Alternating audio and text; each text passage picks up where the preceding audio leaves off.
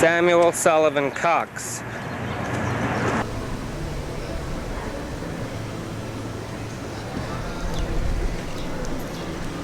That's Samuel Cox. Nelson passed the statue and was wondering who this guy was and why is he pointing like that. See, I'll have to look him up and see what he did and who he is. I don't know who he is or what he did or why he has his hands up like that. Well, I did find out he was a congressman and he died away in the 1800s, so it's not relevant anymore. Anyways, we are in the East Village now and I'm trying to find the pyramid and the sidewalk. Let's go!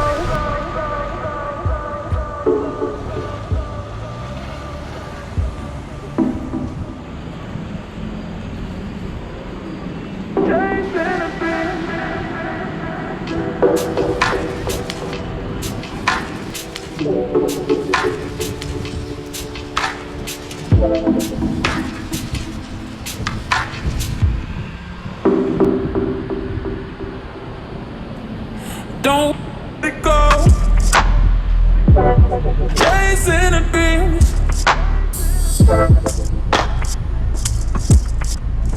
What you do? Don't let it go. Chasing a dream.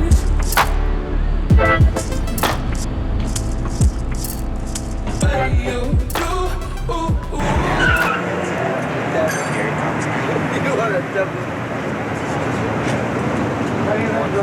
Well, I suppose I could sit back there.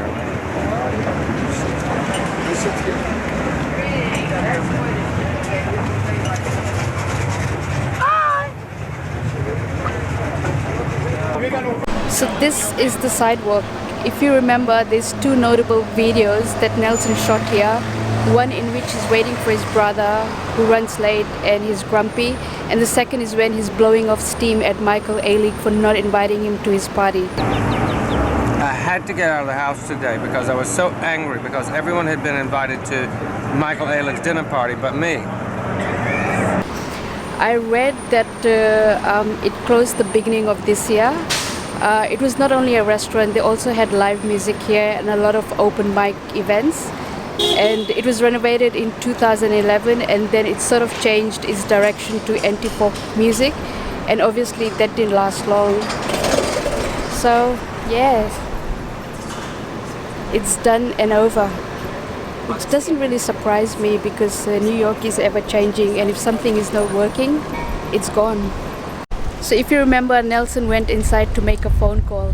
You know, I read a meme that when phones were tied, humans were free, and now that phones are free, humans are tied. So true. But yeah, guys, that's it. That's the end of an era here at the sidewalk.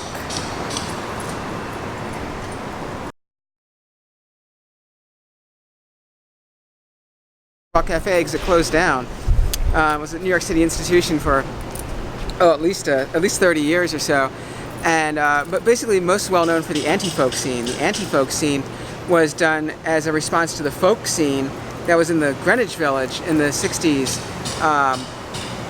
1960s that is, and it was founded by this fellow named Latch. In 1993, the scene moved here to the club formerly known as the Sidewalk Cafe.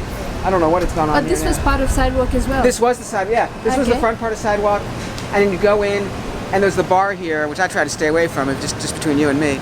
But then, and then you make your way to the back room, and that's where the music happened. It was 7 nights a week. Anti-folk was the theme. What's coming here? Free shows, not the sidewalk.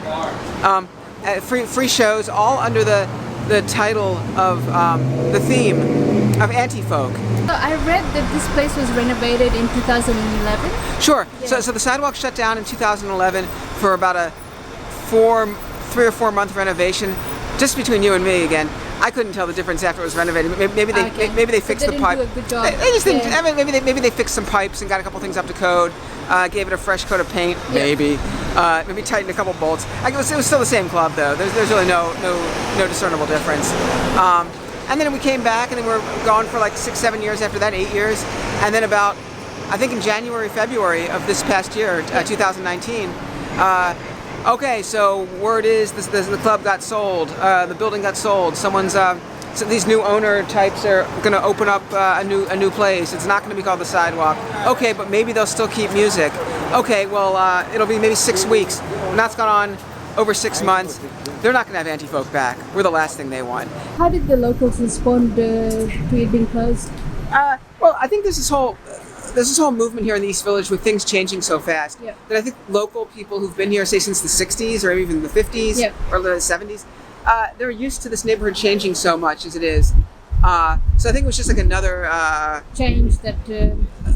another change. The reason why the Sidewalk was a little more of a significant change was because it basically took several hundred musicians who have no other venue to perform at because they're just too. Provided them an opportunity. This place gave a voice to these musicians and maybe poets and other kinds of performers that other venues just wouldn't touch because they're scared and they don't understand, and anyone could do their thing here just as long as you didn't physically hurt anyone, and yes, that's happened as well too. I mean, I don't want to go into that. All right, so we forgot to introduce you. Oh, hey, my name is Jason Trachtenberg. I'm most well known as the dad in the Trachtenberg Family Slideshow Players. It was a band from some years back.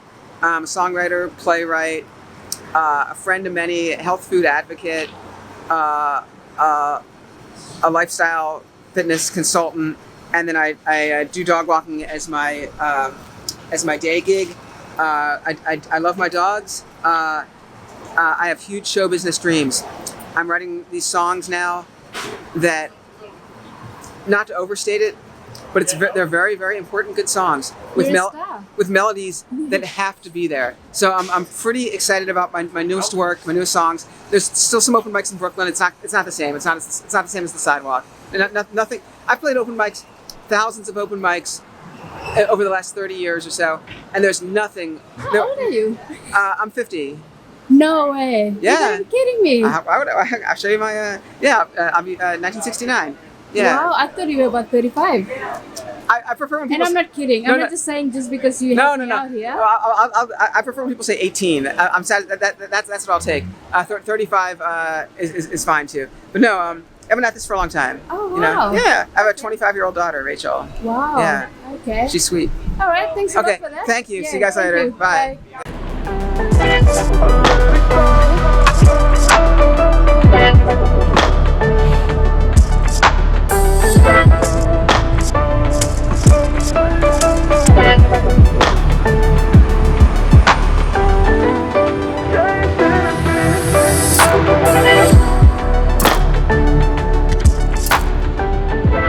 There you go. They're doing something here. Probably an event. So I was told by the guy I cannot take any videos right now because they were doing a photo shoot and they didn't want any footage of that. So he asked me to come back after half an hour. Such a waste of my time. But I'll wait. So while we wait, let's talk about the pyramid. It was Nelson's favorite club, and that's where he met Lahoma and Larry T. Back in the 80s, when the rave scene was taking over New York, especially with the emergence of club kids, here at the pyramid they kept it close and intimate with the drag affair.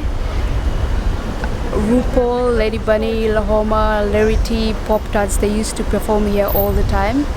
I think of all the places that Nelson covered in his videos, this is the only place which is still in operations. Otherwise everything else has been closed.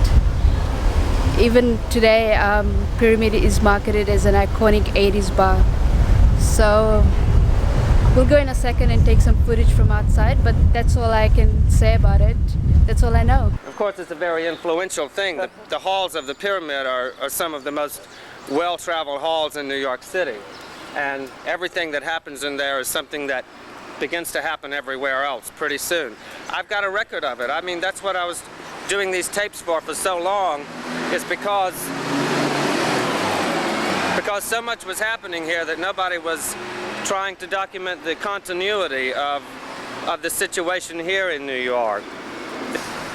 The Pyramid is still my favorite club. It's the most classic of all.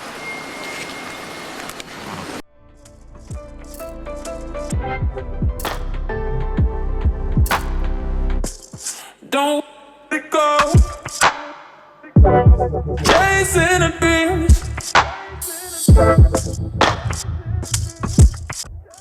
What you do, ooh, So Pyramid Club, checked.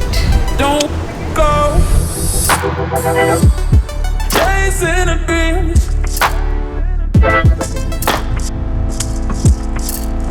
What you do, ooh,